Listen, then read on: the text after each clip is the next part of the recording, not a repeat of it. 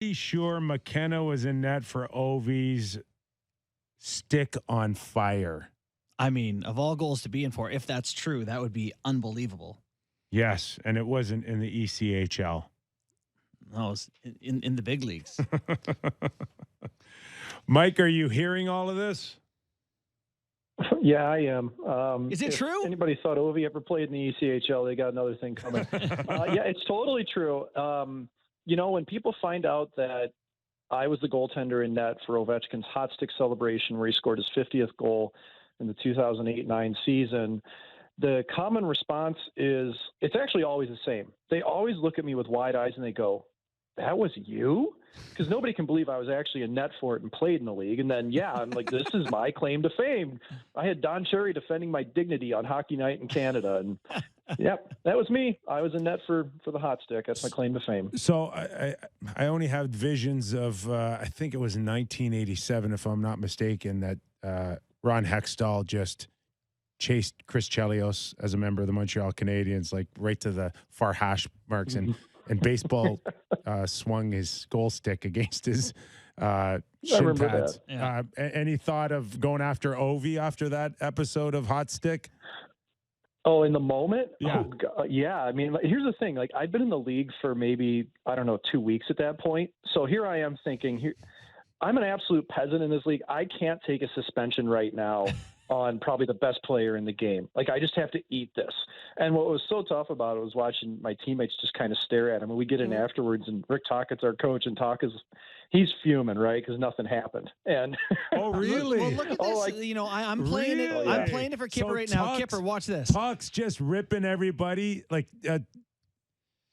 Talk definitely thought somebody should have gone after Ovi. I think at least somebody should have said something was the thought process for sure. And nothing did. And we all just kind of stared at it. But you know what? No one expected that. It was such a strange occurrence, man. Like, nobody had done a celebration like that ever. And we're all just staring at him kind of at first, like, what's he doing? Who's number two? Number two is just stand and watch. Number two on your team at the time in Tampa there. Right-handed shot? As Lucas Krajicek. I remember that clear as day. He's just standing right beside him, just watching it happen. You know, I was working with Sportsnet. I was one of those guys that said that it was a little over the top.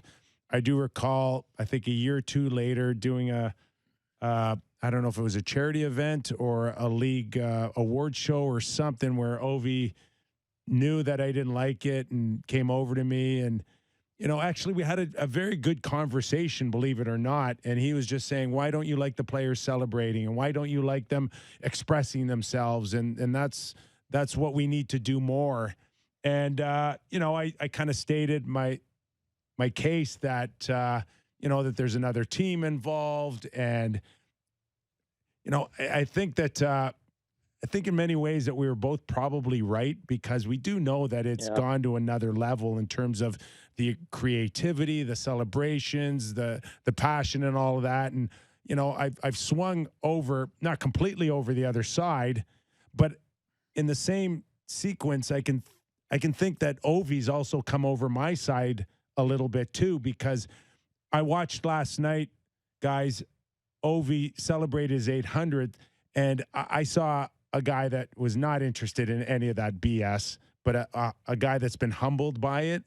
I like the fact that he tapped his heart on his jersey to the Chicago fans and everybody outside watching. And ultimately, I think this guy did get it to the point where he led a team to a Stanley Cup, and his legacy will go down in history amongst some of the best that's ever played the game. Oh, yeah. I mean, he'll be the greatest goal scorer ever, if he isn't already. And you know what's funny, Kipper? Like you mentioned having a conversation with him. I actually spoke to Ovi about it, I don't know, a week or two later when we played against them. And it was just one of those exchanges down underneath the arena where he basically said sorry. I don't know if he said sorry, but he more or less said, I didn't mean anything by it. I didn't mean to show you guys up. And I said, that's fine. You know what? We're good. No problem here. I think he understood that it was kind of an embarrassing moment for our team that was really bad at that point. And it was just kicking us when we were down.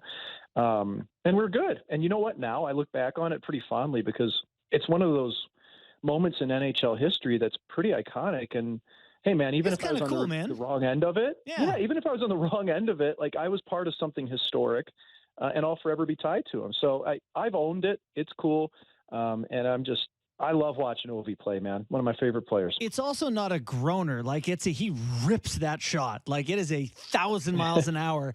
One of the questions I did want to ask you is everyone talks about what is it about his release that's so deceptive, yada, yada. Is it not that he just shoots it 1 billion miles an hour and places it really well? And just before you go, Mike, I want to say that I went down just to kind of add to your point. Yeah. I went down and did an alumni event about a month and a half ago, 2 months ago. And I walked into the practice facility and they were on the ice and I couldn't take my eyes off of Ovi the whole practice. Just shooting it. And, you know, the one thing that really stood out during that practice, Mike, was the sound, almost as if I'm listening to 8 other guys on the Blue Jays do batting practice. And then I hear Vladdy steps in. I hear Vladdy, and just the sound off his bat is much different than anyone else's. And I got the exact same feel watching Ovi shoot the puck during this practice. And I'm just wondering, from a goaltender's perspective, do you get the same different feel when a guy like that comes at you? Yeah, absolutely. It's because he's swinging for the fences absolutely every time. It's like growing up in St. Louis, I'd see Albert Pujols and I'd see Brett Hull, and those were similar types of players for what they did. And like even I just put a piece up on Daily Faceoff today about the top 5 one-timers in the league, and I pulled NHL goalies, and all but one guy said Ovi. Now, the thing about Ovi when it comes off his blade to me, it's not like he's so accurate with it. It's just overwhelmingly hard, and it's hard to read because you know how this works with the big shooters. He can shoot it from anywhere. It doesn't have to be in his wheelhouse. It can be 3 feet behind him. It could be off his front foot, back foot. So a lot of times the puck comes off and it's almost like waffling on edge. So it can dip and dive and go all over the place. So like his one-timer's tough to stop because it's hard to read. And then when he's shooting on the rush, like he did to beat me for that hot stick goal, he's got a really big-time toe curve on a stick, and it tends to go like toe, heel, toe really quickly. And when he uses that D as a little bit of a screen, it's just tough to pick up, and it comes off the blade so quickly, almost kind of like a boomerang. So, you know, I had trouble with him early in my career, but I actually faced him, I think, 5 or 6 times total. And later in my career, I did better because I knew I had to get my feet set. If I got my feet set, I could at least get a good read on the shot. I wasn't perfect against him, but I was at least better once I had that little bit of detail.